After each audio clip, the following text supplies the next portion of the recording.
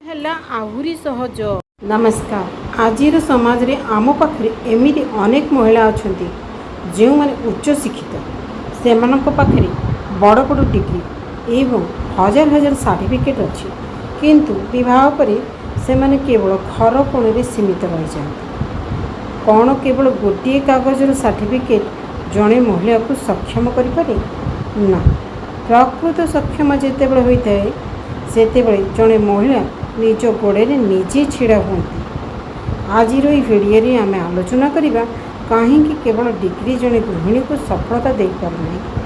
ଘରେ ରହି ନିଜ ଶିକ୍ଷା ପ୍ରତିଭାର ସଠିକ୍ ବ୍ୟବହାର କିପରି କରିବେ?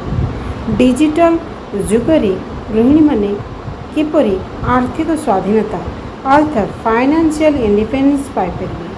ଯଦି ଆପଣ ଜଣେ ଗୃହିଣୀ ଏବଂ ଆପଣଙ୍କ ପାଖରେ ସ୍ୱପ୍ନ ଅଛି, ତେବେ ଏହି ଭିଡ଼ିଓଟି କେବଳ ଆପଣଙ୍କ ପାଇଁ।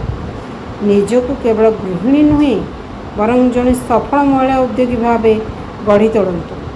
ଭିଡ଼ିଓଟି ଭଲ ଲାଗିଲେ ଲାଇକ୍ କରନ୍ତୁ, ସେୟାର କରନ୍ତୁ ଏବଂ ସମସ୍ତ ଗୃହିଣୀଙ୍କ ସହ ସେୟାର କରନ୍ତୁ। ଆଉ ଯଦି ଭଲ ଲାଗିଛି କିଛି ଛୋଟ ହେଉ ପଛେ କମେଣ୍ଟଟିଏ ଦିଅନ୍ତୁ, ହେଲେ ମୋତେ ଇନ୍ସପିରେସନ୍ ମିଳିବ।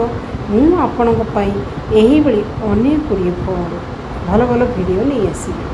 ଚାଲନ୍ତୁ ଜାଣିବା, ଆପଣ ଯଦି ମୋ ଭଳି ଘରେ ବସି ଅନଲାଇନ୍ ୱାର୍କ କରି ନିଜ ଗୋଡ଼ରେ ନିଜେ ଠିଆ ହୋଇ କିଛି ଅର୍ଜନ କରିବାକୁ ଚାହୁଁଛନ୍ତି ବା ଆର୍ଥିକ ସ୍ୱାଧୀନତା ପାଇବା ପାଇଁ ଚାହୁଁଛନ୍ତି, ତେବେ ମୁଁ ଆପଣଙ୍କ ପାଖରେ ଠିଆ ହୋଇଛି।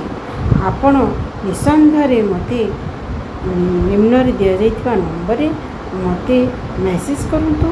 ମୁଁ ଆପଣଙ୍କୁ ଆଠାରୁ ଅଧିକ ଭଲ ଭାବରେ ବୁଝି ନିଃଶୁଳ୍କ ଭାବରେ ଆପଣଙ୍କୁ ଯୋଗାଇ ଦିଆଯିବ। ଆପଣ କିପରି ଘରେ ବସି ବିନା କୌଣସି ଜାଗା ଅଫିସ୍ ବା ବଡ଼ ପୁଞ୍ଜି ନିବେଶ ନ କରି ନିଜ ଗୋଡ଼ରେ ନିଜେ ଠିଆ ହୋଇପାରିବେ। ଆଉ ଆପଣ ଜଣେ ସକ୍ଷମ ବା ସଫଳ ନାରୀ ଭାବେ ଦେଶ ବିଦେଶରେ ପରିଚିତ ପାଇପାରିବେ। ଆପଣ ଏଇଠି ଘର କୋଣରେ ବସିବେ, କିନ୍ତୁ ବ୍ୟବସାୟ ଆପଣ ବିଦେଶରେ ବି କରିପାରିବେ।